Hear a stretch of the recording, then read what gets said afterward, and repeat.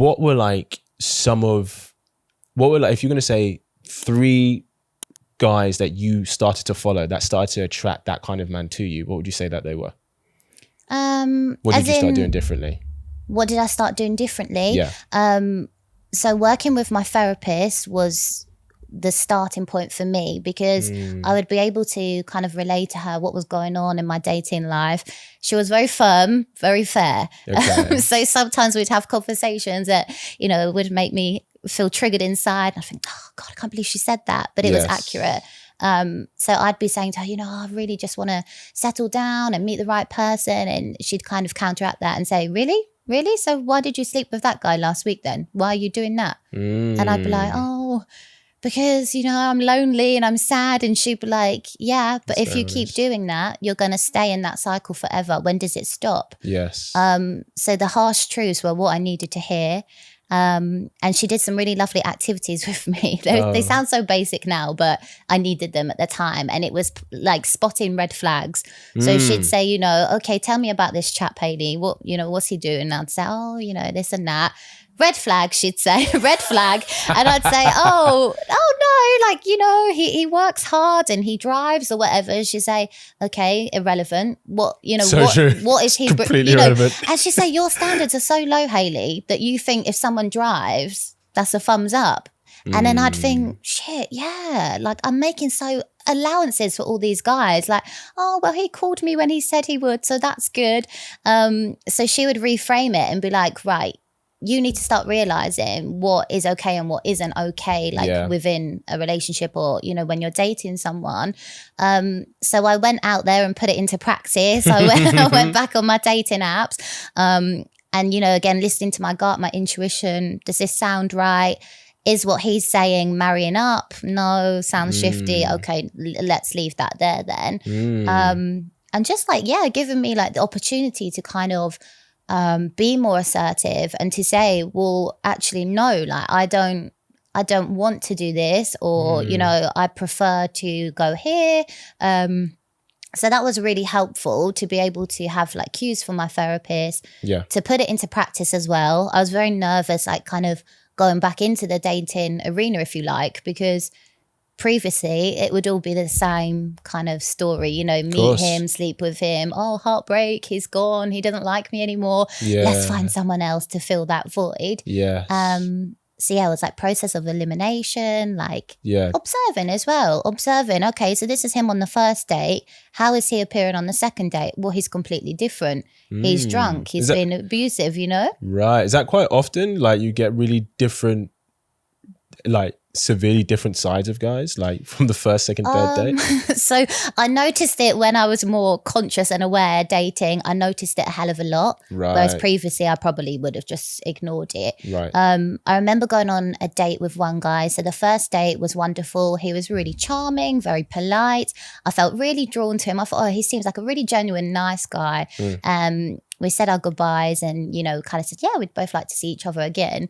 The second date come and it was like a completely different person. What was he like? Paralytic drunk. We went to London and he said, you know, we'll go for a nice meal, and he lived in London. I'll take you around London. Okay, lovely. So we started off with the meal. I'm sober at this stage, so I've been sober. It'll be 4 years this year. Congratulations. Thank you. So I'm like, oh no, thanks. You know, I'm not drinking. He was, you know, bottle after bottle of wine.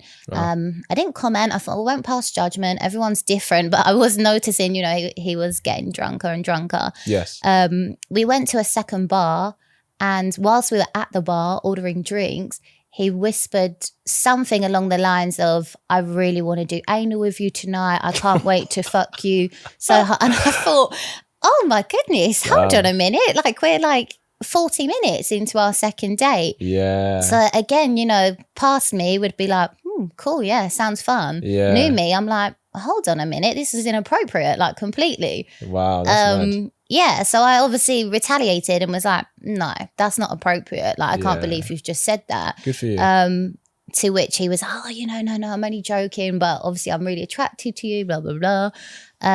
Was this, sorry to cut you off, was this when you were more how you are now? Or yes, was it were you in the transition period? In the transition period, yeah. So do you think there were some things that maybe you were still not advertising for like more of a I'm a fun sexual kind of girl? Possibly. When you were dating this guy.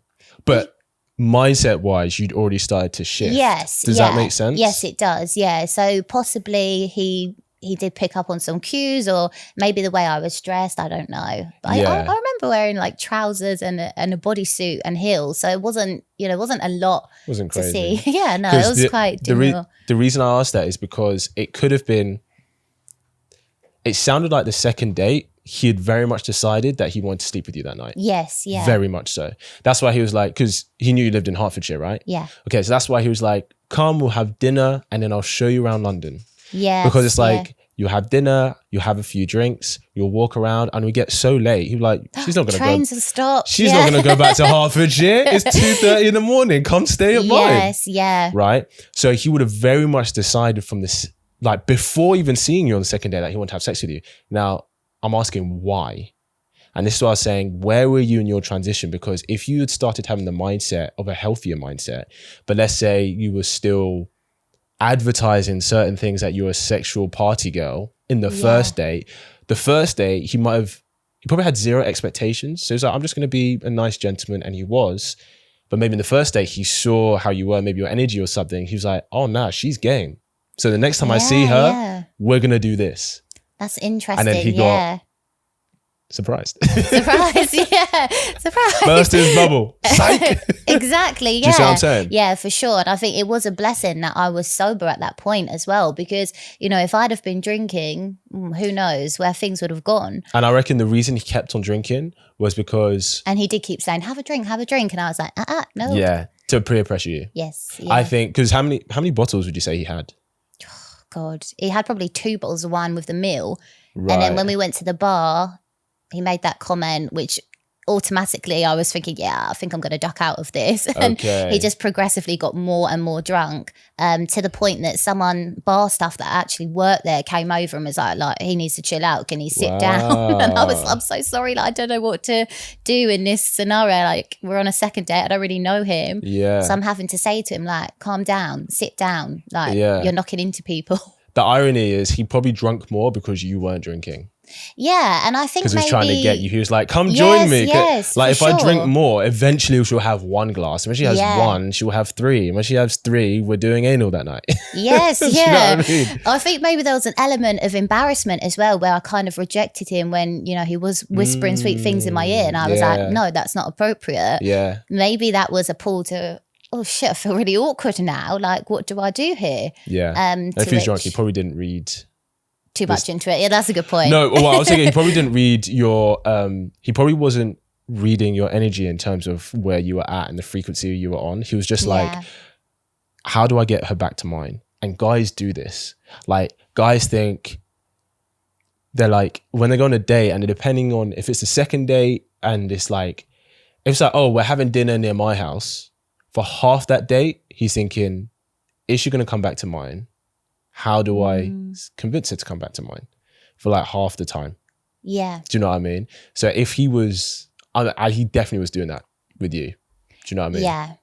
Yeah. And then he didn't know what to do because it wasn't going that way. So he just thought, fuck it, I'll just say it. Hey, let's have sex tonight. Yeah. Do you know what I mean? Needless to say, that didn't happen. Yeah. I saved him. I'm glad it didn't. If you'd said that it had, I'd have been like, get out now. I think I saved him from some oncoming traffic at one point. Shit, and then I was like, it's time to go, isn't it? But the trains had stopped. So I found myself stuck in London.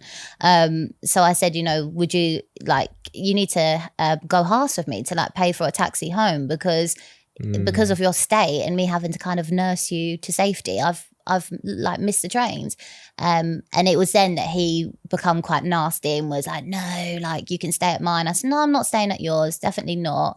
And yeah, from then that was, okay, well, I'm going home. So I went home.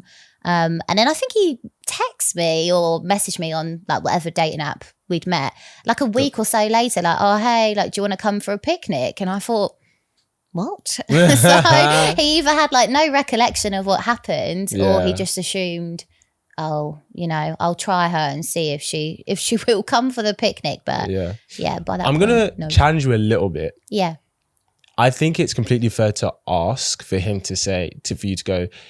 So when you were saying at the end of the day and there weren't any trains back, I think it's completely fair for you to ask, like, hey, do you mind contributing, because I kind of stayed to try and help look after you. Yeah. But I don't think you're entitled to that.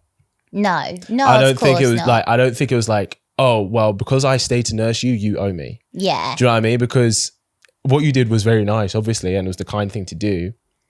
But you could have chosen to leave to get your last train if you wanted to. Yeah, of course. Whenever that was. Do you know what I mean? Absolutely. Did he end up contributing to you? No, he didn't. Damn. Yeah. No, Okay. he didn't. But Interesting. Let me ask you something else. okay. Let me get my phone out real quick. Don't know what's happened. What did your kind of party promiscuous phase, what did that teach you about men? Oh, good question. I think it probably taught me that actually there are a lot of men out there who also share the similar internal kind of conflicts as women. There are a lot of men out there who were giving off this image of, oh, I like to sleep about, I'm a player, I'm this and that, kind of like a badge of honor. But deep down, they were in just as much pain, or they were just as confused. Because I think a lot of guys would do that if they could. Most guys just can't do that. I mean, don't get me wrong, there are a lot that love the game and obviously enjoy sex, and that's kind of their whole personality type, if you like, being like a player and loving the attention they get from women. Yes. But there were definitely a few that were kind of there because of the same thing, like whether it was having a difficult childhood, maybe, or a difficult child. Yeah, or a difficult child to cope. like the breakdown of a marriage, the breakdown of a relationship that they've never got over, so they're just using sex as like a way to kind of numb the pain. Yeah, that's true. You know what, I think guys can definitely use sex with women to cope with other things. Yeah. And I think we see it less because I think guys are predisposed to want to have as much fun with different women as they can, at least initially. But yeah, they definitely can. They definitely can use it, and even for validation. Yeah. Do you know what I mean? Yeah, of course. Like to validate if they feel that they're losing in one part of their lives. They're like, okay, I'm losing this part, but at least I can get women. Yes. Yeah, exactly. Do you know what I mean? That. Yeah. Hope you really enjoyed that clip. If you want to watch the full episode where that clip is from, then I want you to click right here where you can watch the full episode. And if you're ready to claim your man today, enroll in my program below, and I'll see you there. Wishing you an amazing day.